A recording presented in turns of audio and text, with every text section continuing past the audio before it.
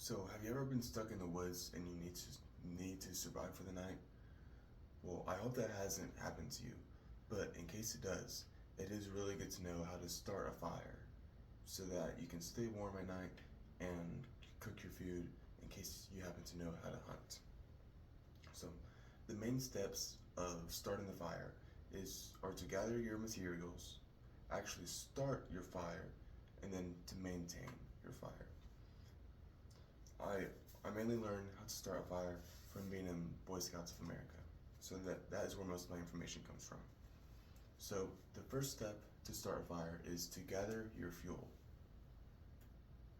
There are five main wood sources, or five stages of wood, so to say.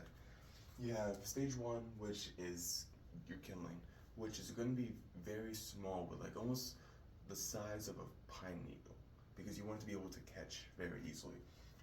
And stage two is going to be no bigger than the width of your pinky finger, because at that point the fire is still small. You want the wood to be able to catch very easily.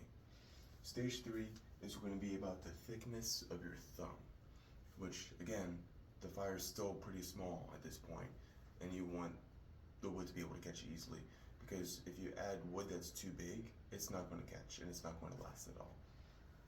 Stage four are going to be medium-sized branches, so to say, because your fire at that point is going to be growing at a more rapid race, and these medium branches will catch.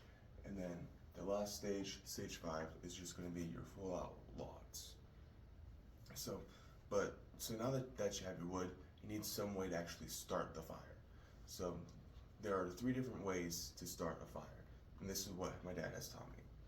There are your normal gas station lighters that you can find in pretty much any gas station or any store for that matter, almost. Then you have your flint and steel. This is what you also learn in Boy Scouts and pretty much like any survival manual. If you go hiking, camping, this is also a good way to do that.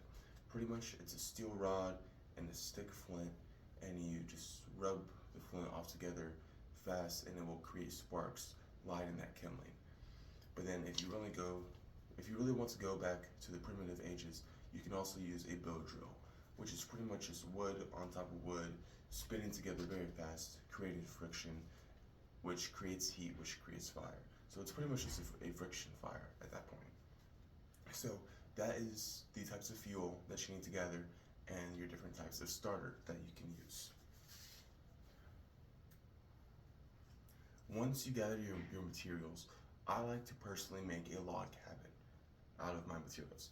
So you want to place your kindling on the inside and then take your stage two and stage three woods on the outside.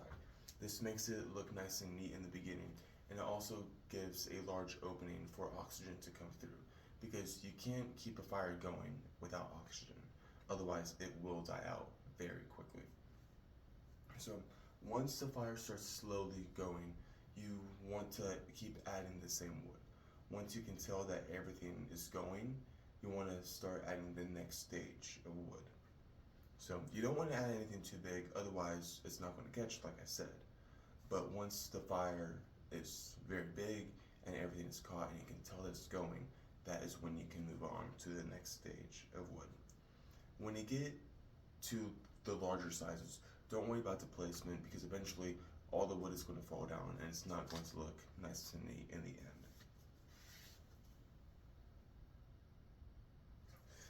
Maintaining the fire. I learned this from a fraternity because we will have a campfire for hours, and normally I am in charge of it. But so to maintain a fire, all you really have to do is just add more wood. So make sure you have plenty of logs, because that fire will have to go for a while. So if the wood seems to be super gray and ashy and you can tell that it's about to break, what I'll suggest is getting a thick stick, or even if you have a metal poker, just get one of those and just poke at the logs, because then the logs will break down, creating more flames. So then things can catch easier instead, so it's not just all coals pretty well. But if you do happen to not be maintaining your fires, it will just go down to coals.